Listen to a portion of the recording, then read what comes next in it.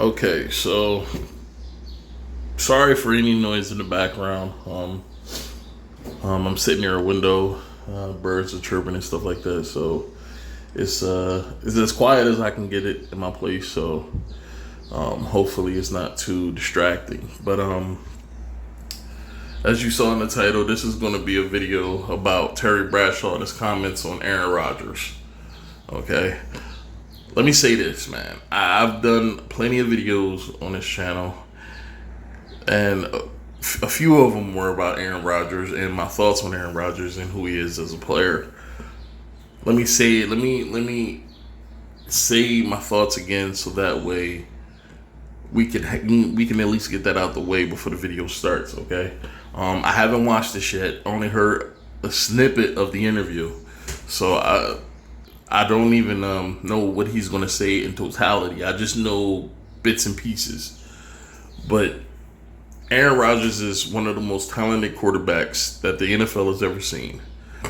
Things we see Patrick Mahomes do, things that we're praising Patrick Mahomes for doing, Aaron Rodgers has done it on a multitude of occasions before Patrick Mahomes even made it to the NFL. My biggest gripe against Aaron Rodgers is he has that LeBron James approach to being a teammate.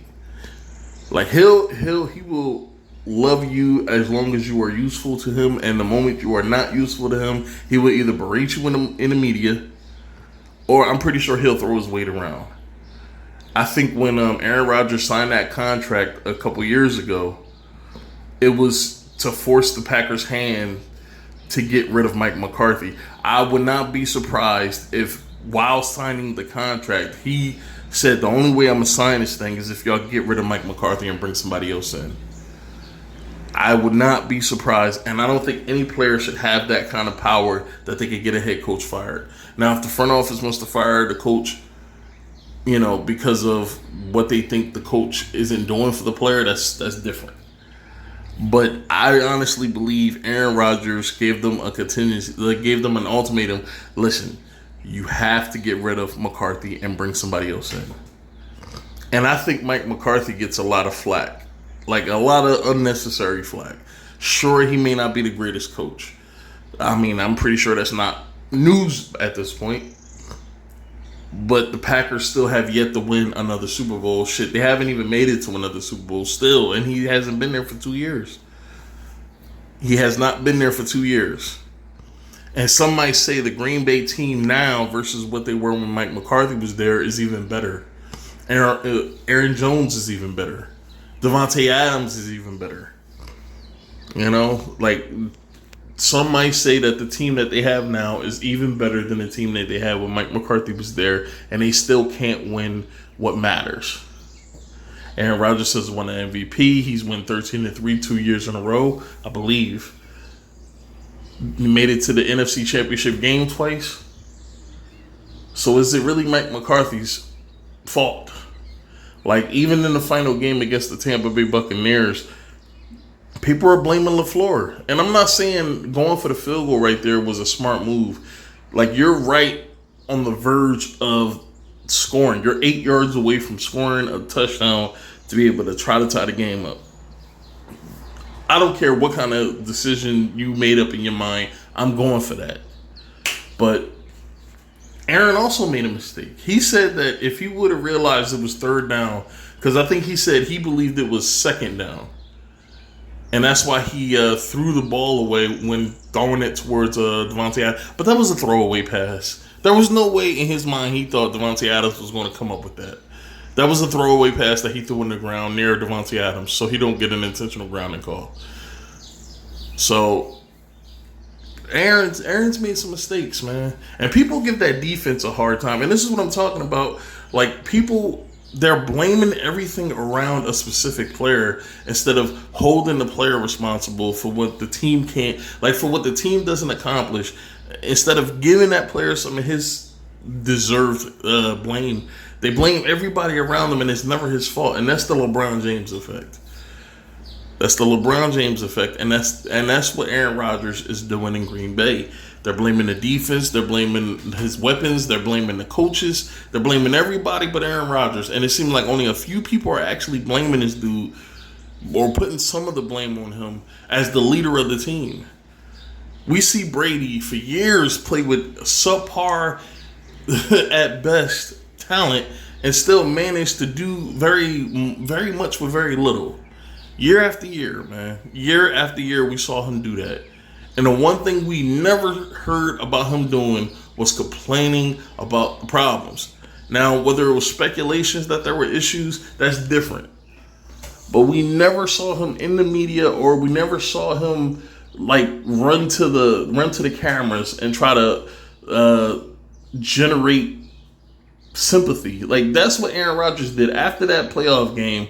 He went on the Pat McAfee show, and I mean, he was trying to generate sympathy. Oh, look at poor Aaron Rodgers. He can't win. He can't win at all. He can't win for losing. Look at him. He's so sad. He doesn't know what to do. Like, bro. Brady has to be the most hated player in the NFL right now. The most hated and the most loved player in the NFL right now. But we never see him try to generate sympathy. And that's what separates Tom Brady from Aaron Rodgers. And this is why Aaron Rodgers, I don't care what he does, he will never be better, in my opinion, than Tom Brady. I don't care what he does. And people consider this dude to be one of the greatest quarterbacks ever. Like, I mean, with his very limited postseason success, like, I don't know, man. Like, I can't do it. I do think that he's, now, when Terry said that he was, I'm trying to get all this out the way now so that way we could just breeze through the video. But when Terry said that he was, what was the word he used? I'm pretty sure it'll come up, but he used the word I wouldn't have used. I thought it was a little bit too strong. But weak, I think it was weak. I think weak was the word that he used that was a little bit too strong. It was some word he used. I forgot what the word was.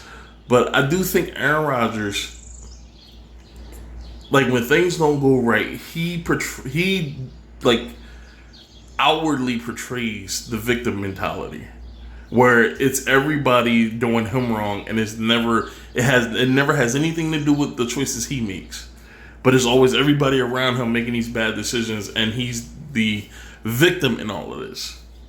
But let's get to it, man. I just spent the last 7 minutes or so talking about this shit. Let's get to it, man. I got the damn season already mapped out, Bradshaw. I got all my teams I like. I got everything all set up. I know. I got to tell you something, Colin. That's impressive. I'm sitting here listening to you name all these people, and I don't even know all the head coaches yet. And I'm like, man, this guy's sharp. That's why you're making the big bucks. You work every day. You got a full-time gig. Yeah. Yeah, I'm gonna skip forward. All right, we're right here. Get some cash. Been rough. Well, let me say this. You made news yesterday because you said, you said Aaron comes off a little weak. So I'm going to listen. I rarely disagree with you, but I want to say this first, and you react to it. That we live in a time now, Terry, where you can't touch the quarterback. The whole league is built. All the rules now are quarterback. Even Belichick looked lost last year when he lost a quarterback. Don't you have to in 2021, Terry? Don't you have to pamper a little bit the quarterback? The whole league now is built around. The reason why it's like that, the reason why the league is built around the quarterback position is because offense is the name of the game. Like, this is what's going to bring in fans. They're doing everything they can to bring in fans.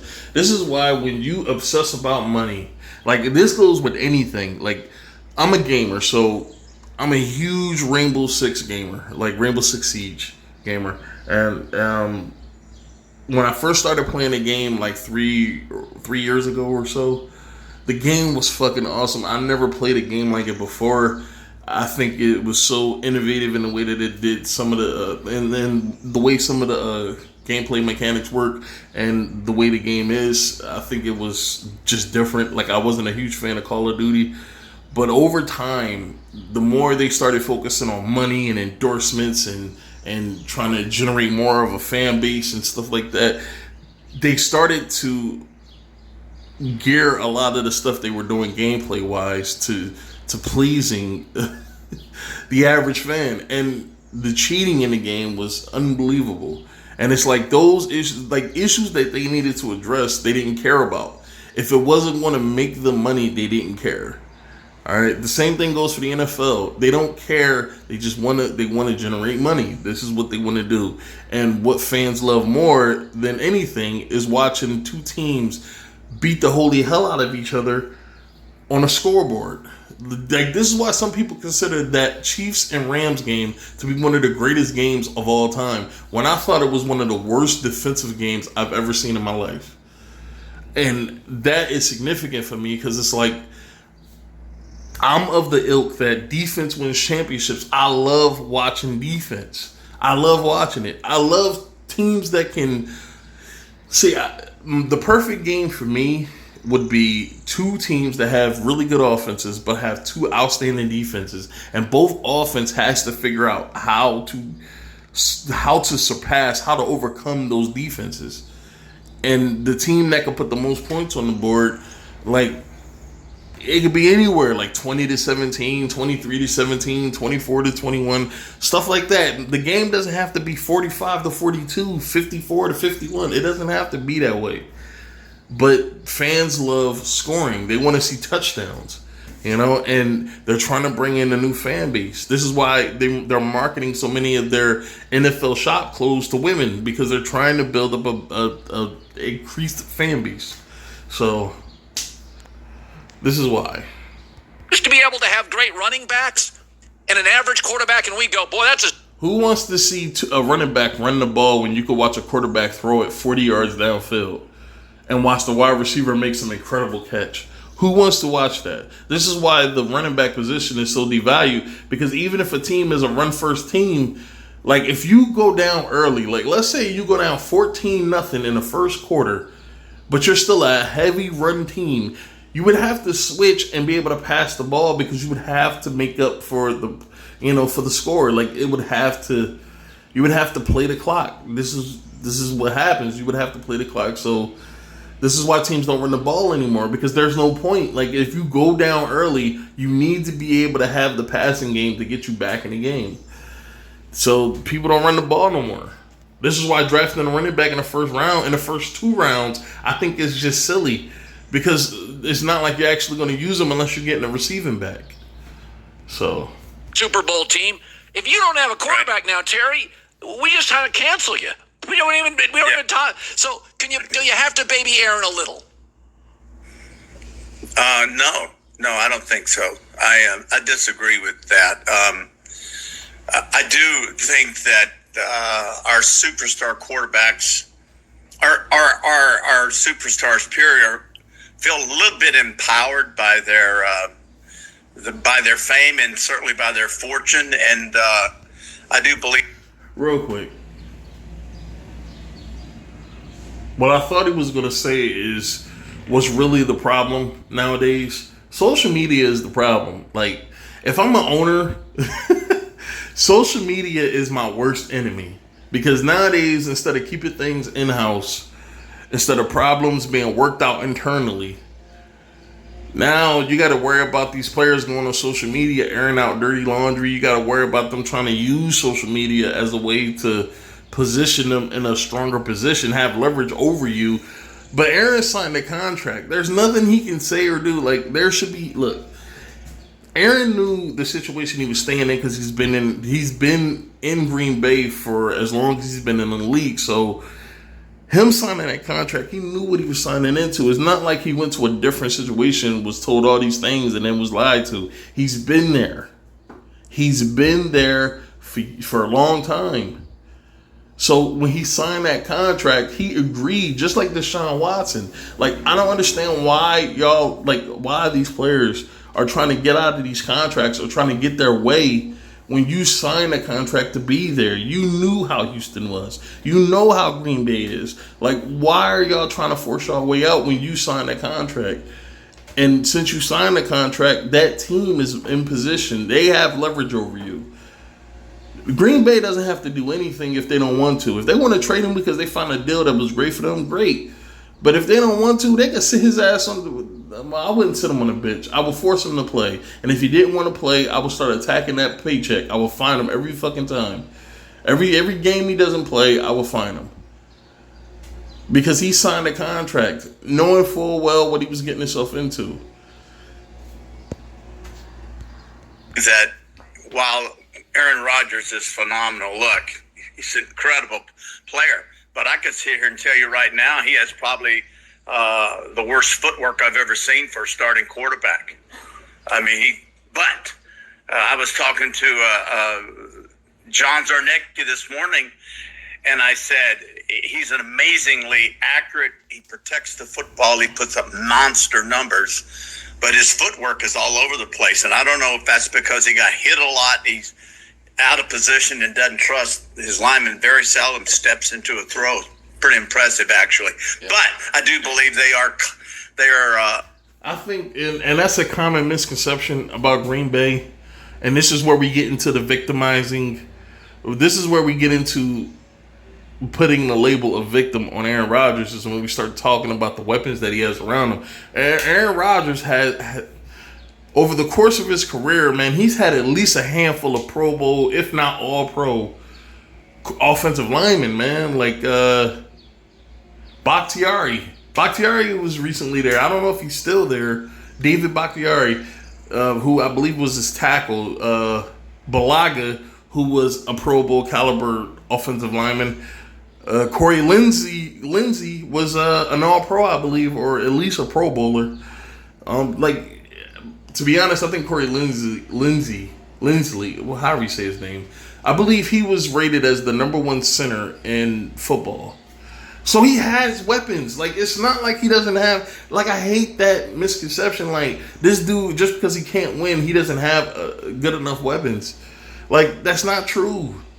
Like, people act like he has nobody on the outside. He got Devontae Adams, who, if he's not considered the number 1 wide receiver, he's at least the number 2 wide receiver in the NFL, man. In the NFL.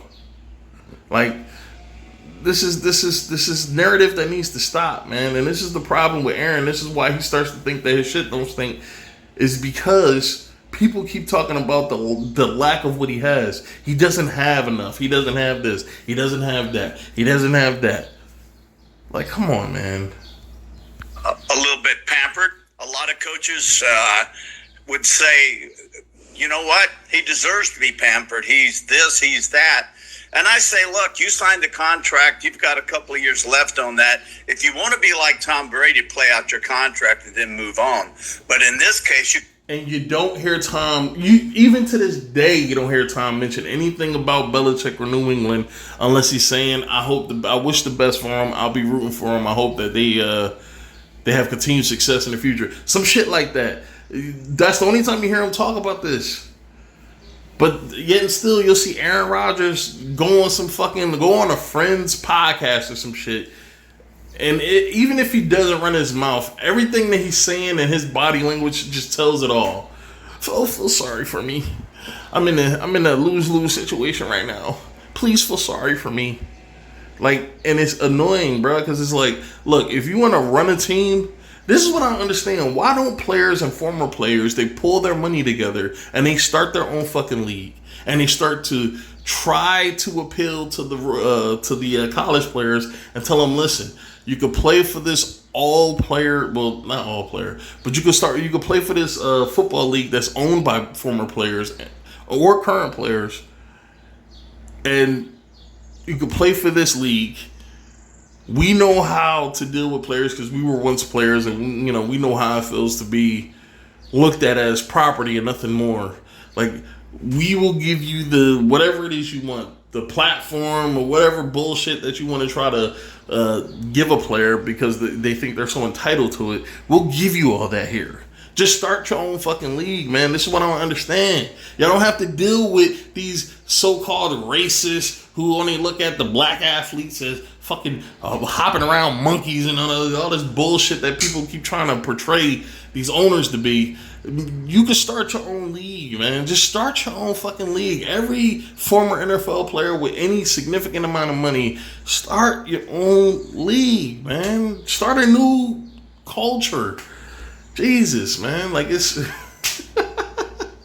Bro, I don't understand why these players, man, right? They sign these multi-million-dollar contracts. They make all this money, but then they want to complain about ownership. Like, ownership did something wrong to you. It's a business. Business screws over anybody who's not at the top of the pyramid. It's just the way it is. I am so tired of these players, man. They sign these big contracts because they're expecting, since they're investing all this money into me, that means that I'm going to have a certain amount of power. No, it doesn't. Can't force. Aaron Rodgers coddled maybe too much. He has no right to want to get the GM fired. What right does he have? No more right than I have to call Eric Shanks and say, tear my contract up. I had a really good year. And you go, well, you got four. Bro, you see that with every player now. I'm sorry, man. Like, I'm just, like, I'm in the, I'm off on a tangent. I can't stop. I'm sorry. But you see this with every player now. And that's what they think. They think because they invested money into me, that gives me a certain amount of say-so and power, and it doesn't. And Terry's right, man. If a player feels like he outperformed a contract, even if he just signed a contract, not even a year before, they will, well, could you pay me more money? Like, look at fucking T.O., man. T.O. signed a contract with Philadelphia. I don't know how many years. I believe, like, maybe 3-year contract, 4-year contract, something like that. Like, he signed a contract. After one fucking season, they make it to the... I believe they make it to the Super Bowl after one season. And T.O. was complaining he wanted more money. Like, nigga, you just signed a contract, bro. Like, what are you doing? You just signed a contract. And now you want more fucking money because y'all made it to the Super Bowl. Come on, bro. Like, and this is what happens, man, when you give a bunch of people who don't have anything all that money. It makes them feel like they own the world, and they feel like they can start making demands to their employers. And that's crazy, because do you see a regular person working a regular job who makes millions for their companies? Do you see them talking about, well, I had a good year financially, it was a great fiscal year, I want more money, I deserve a raise? They would get their ass fired quickly, man. Like, and this is the problem that these players have. Y'all are nothing but higher paid workers. That's it. You have regular workers who make thousands that generate millions for their company. You have NFL players and other athletes that make millions and they generate billions for their company. And it's the same thing, just on a different scale. But for some reason, these players keep thinking that they're so much more because they have way more money. Jesus. 4 years left on it. Yeah, but I had a really good team. And I'm Terry Bradshaw, and I'm superstar. I don't believe in that. You know, I'm old school. You know that. And I just think these players are just, look, he wants to go to the West Coast. 49ers, they eliminated him from that. He's not. And some people could take what Terry is saying here, like, all these players think just because they outperform their contract that they deserve more, and that he's old school and he doesn't think that way. Some people could say, well, Terry's just mad because, you know, he was playing in the 70s where players didn't have a voice and players didn't have any options. They had to do what these organizations said. There was no free agency. Like, he had no options. That may be true. Okay, I'm not saying that. Most of these old players that used to play, they're not modernized. They don't have a modernized way of thinking about things. Most of them are just jealous and bitter that players have more money, players have more exposure. Like, most of them are bitter.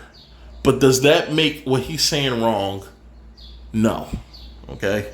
No, it does not make what he's saying wrong. Sure, his intentions may be a little skewed because of those different I'm not even going to call them facts because we don't know if that's true. Terry Bradshaw could legit feel this way. Like, he has an old school way of thinking, but he's not bitter about any of the things that he had to go through. And now he's taking it out on every player. Like, I had to go through these trials, so you have to go through these trials. Maybe he is not thinking that way. But that does not make what he's saying any less true. Going to San Diego, and he's certainly not going to the Rams now. I don't know where he can go because they're going to have a cap hit there in Green Bay that's monstrous. And there's a couple teams out there that could trade for Aaron Rodgers. Denver, Carolina. They could trade it. To be honest, there are at least 20 teams with quarterbacks for the future. There are teams with quarterbacks for the future that they can still trade for Aaron Rodgers and it wouldn't look ridiculous. Like Philadelphia could trade for Aaron Rodgers. You bring Aaron Rodgers in, you have Jalen Hurts sit underneath of him, you have Jalen Hurts learn as much as he can. And this goes for any other team. Denver, you know.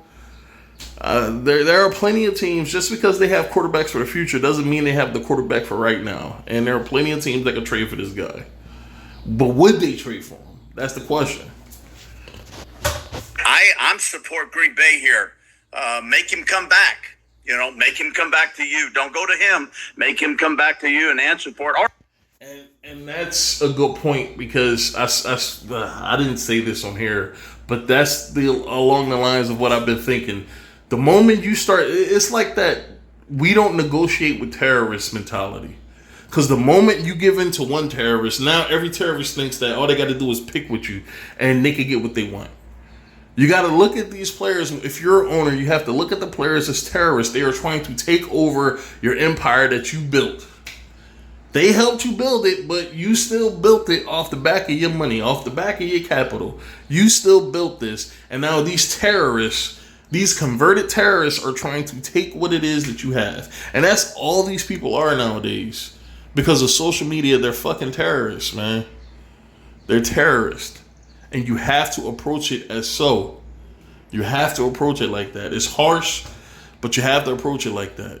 If I'm Green Bay, I'm not giving in. I don't care what you say. Now, if a deal comes along, and if a deal is so great I can't pass it up, there is no way I will be considered sane if I pass it up, then you get rid of him.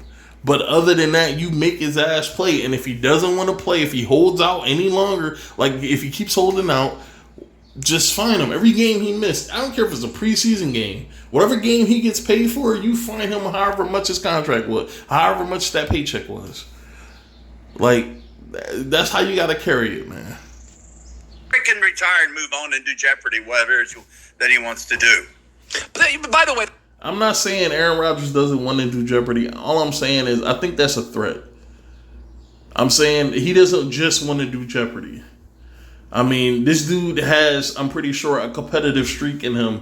He wants to be like the next Tom Brady, where he's playing well into his 40s and he's putting up all these incredible numbers, and he could possibly be a stat leader in most passing categories. I'm pretty sure Aaron does not want to give that up. Even AJ Hawk, I believe, is I believe he's the one that said that he 0% thinks that Aaron Rodgers will retire, because Aaron doesn't want to he doesn't want to quit.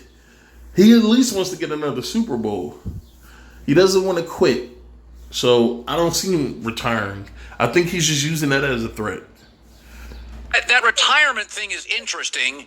Yes. It is. Now. Yes. I mean, it's kind of crazy. Like, in your day, you didn't make the money that they did. All right, so I got this video damn near to 30 minutes. Let me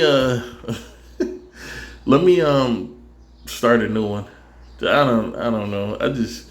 I'm about to start a new one. Let's stop this one.